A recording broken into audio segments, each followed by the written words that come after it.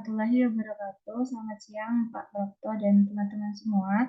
Saya Lutfi Hairul Anissa dengan NRP 5004231058 dari kelas MPIE.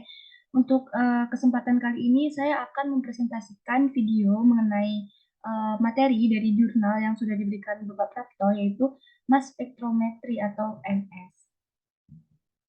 Jadi video saya akan berisi apa saja. Jadi nanti itu ada pengertian mass spektrometri, lalu juga ada perbandingan ESI dan MALDI, ada keunggulan dan keterbatasan MS, ada prinsip kerja mass spektrometri, tipe utama mass analyzer dalam mass spektrometri, tantangan dan masa depan mass MS, teknik ionisasi MS, dan juga ada kesimpulan. Nah, yang pertama ini ada pengertian mass spektrometri. Jadi mass spektrometri itu apa sih? Jadi mass spektrometri atau biasa disebut dengan MS itu adalah teknik analisis yang digunakan untuk mengidentifikasi dan mengukur senyawa berdasarkan massa dan muatannya. Nah, teknik ini pertama kali dikembangkan pada tahun 1912 oleh J.J. Thomson. Sekarang, MS menjadi metode utama dalam berbagai bidang termasuk kimia, biokimia, dan juga proteomik. Nah, prinsip kerja MS itu ada apa aja? Jadi prinsip kerja MS itu ada 3. Yang pertama ada ionisasi atau molekul diubah menjadi ion bermuatan. Lalu selanjutnya ada pemisahan ion. Nah, pada prinsip ini tuh ion dipisahkan berdasarkan rasio massa muatan atau M per Z. Lalu yang ketiga itu ada deteksi ion. Jadi ion yang terdeteksi dianalisis untuk menentukan komposisi sampel.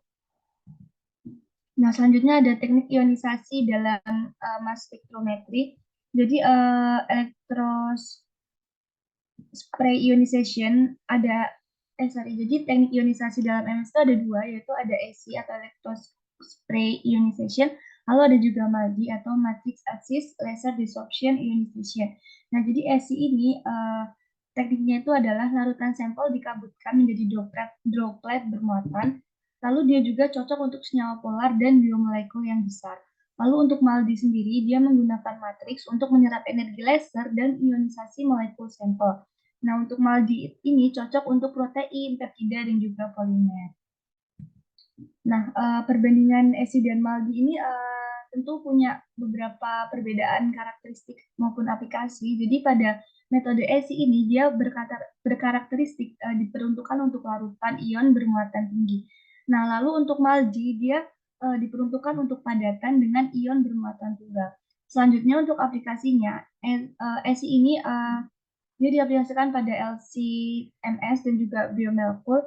Lalu untuk MALDI diaplikasikan pada proteomik dan juga polimer. Nah, tipe utama mass analyzer dalam mass spektrometri. Nah, yang pertama itu ada quadruple mass analyzer. Jadi dia itu digunakan untuk analisis kuantitatif.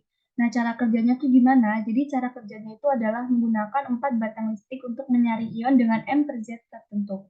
Nah, tentu saja quadruple mass analyzer ini punya keunggulan. Jadi keunggulannya itu adalah umum digunakan dalam analisis farmasi dan lingkungan, serta dia juga murah dan mudah dioperasikan dibandingkan dengan metode yang lainnya. Nah, selanjutnya ada time of flight atau TOF MS. Jadi TOF ini digunakan untuk resolusi tinggi untuk biomolekul. Nah, prinsip dasarnya itu ion didorong dalam tabung vakum dan waktu tempuhnya digunakan untuk menghitung massa. Nah, keunggulannya itu apa? Jadi keunggulannya dia itu beresolusi tinggi dan juga mempunyai akurasi yang lebih baik, serta dia itu cocok untuk analisis biomolekul yang besar. Nah, selanjutnya ada hybrid QTOF mass analyzer. Jadi QTOF ini diperuntukkan untuk kombinasi untuk presisi yang lebih tinggi. Nah, QTOF ini dia menggabungkan antara quadruple untuk pemilihan ion awal dan juga TOF untuk analisis resolusi tinggi. Aplikasi utamanya itu pada proteomik, farmasi, dan juga metabolomik. Nah, aplikasi dari MS pada kehidupan sehari-hari itu ada apa aja? Jadi yang pertama itu ada untuk proteomik, dia itu dapat mengidentifikasi dan mengkuantifikasi protein dalam sel. Lalu dalam dunia farmasi, dia dapat menentukan struktur dan kemurnian dari sebuah obat.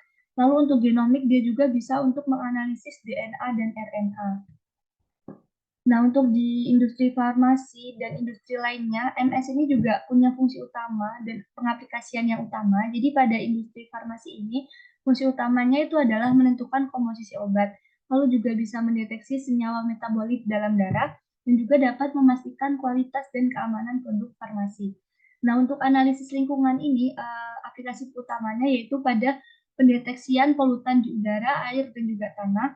Lalu ada juga untuk identifikasi logam berat dan zat beracun, dan ada juga pemantauan residu peptida dalam pertanian. Nah, ini ada keunggulan dan juga keterbatasan mass spektrometri. Jadi untuk keunggulannya, dia itu memiliki sensitivitas yang tinggi, mampu mendeteksi zat dalam jumlah yang kecil.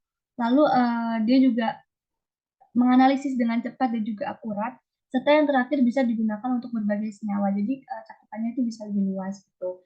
Nah, untuk keterbatasannya itu ada biaya alat yang mahal karena tahu sendiri jika kita ingin menguji suatu sampel, jikalau alat yang mahal kan pasti membutuhkan dana yang lebih banyak juga dan tidak terjangkau oleh semua orang. Nah, selanjutnya ada keterbatasan yang lain yaitu memerlukan keahlian tinggi dalam interpretasi data. Lalu tantangan dan masa depan MS ini bakal seperti apa sih? Jadi AMS ini punya tantangan yaitu yang pertama mengembangkan metode ionisasi yang lebih efektif. Jadi walaupun sekarang MS ini sudah lumayan maju, tetapi masih perlu dicari lagi metode ionisasi seperti apa yang sekiranya dapat lebih efektif dalam menguji sampel tadi. Lalu yang kedua dia juga seharusnya bisa menurunkan biaya peralatan agar lebih terjangkau. Karena seperti yang kita tahu bahwa alat-alat untuk mass spektrometri ini lumayan mahal dan kurang untuk bisa dijangkau oleh banyak kalangan. Lalu masa depannya itu integrasi dengan kecerdasan buatan atau AI untuk analisis data otomatis. Jadi seperti yang kita tahu semakin uh, ke sini AI itu lebih punya power dan lebih diandalkan oleh semua orang. Jadi takutnya di masa depan nanti MS ini bakal tergantikan oleh AI. Lalu selanjutnya ada pengembangan alat portable untuk aplikasi di lapangan. Jadi MS ini karena alatnya cukup rumit, jadi uh, lebih kurang bisa fleksibel dalam pengaplikasiannya di lapangan. Nah, jadi kesimpulan dari PowerPoint saya itu apa? Jadi kesimpulannya adalah yang pertama, mass spektrometri itu adalah teknik analisis penting di berbagai bidang. Lalu yang kedua, metode seperti SI dan MALDI telah merevolusi penelitian ilmiah. Lalu yang terakhir itu, mass spektrometri terus berkembang dalam proteomik, farmasi, dan analisis lingkungan. Oke, sekian dari saya. Terima kasih telah menyimak video saya dan saya juga minta maaf jikalau ada kekeliruan dalam penyampaian saya. Sekian, wassalamualaikum warahmatullahi wabarakatuh.